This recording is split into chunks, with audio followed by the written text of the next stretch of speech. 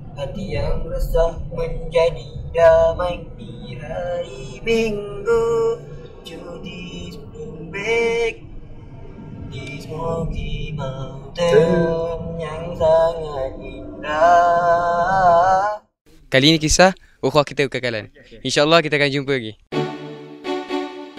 Semalam kita seriang kicau burung camar, mengharapkan sesama ku dibelai manja. Di saat itu aku kesepian keseorangan, kau tiada lagi, derai tawamu hilang di telan masa.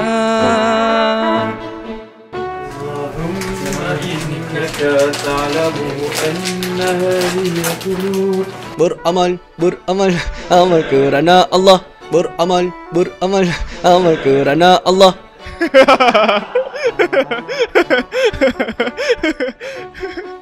Okay, kalau ni Superman, yang ni apa? Tunggu jawapannya nanti.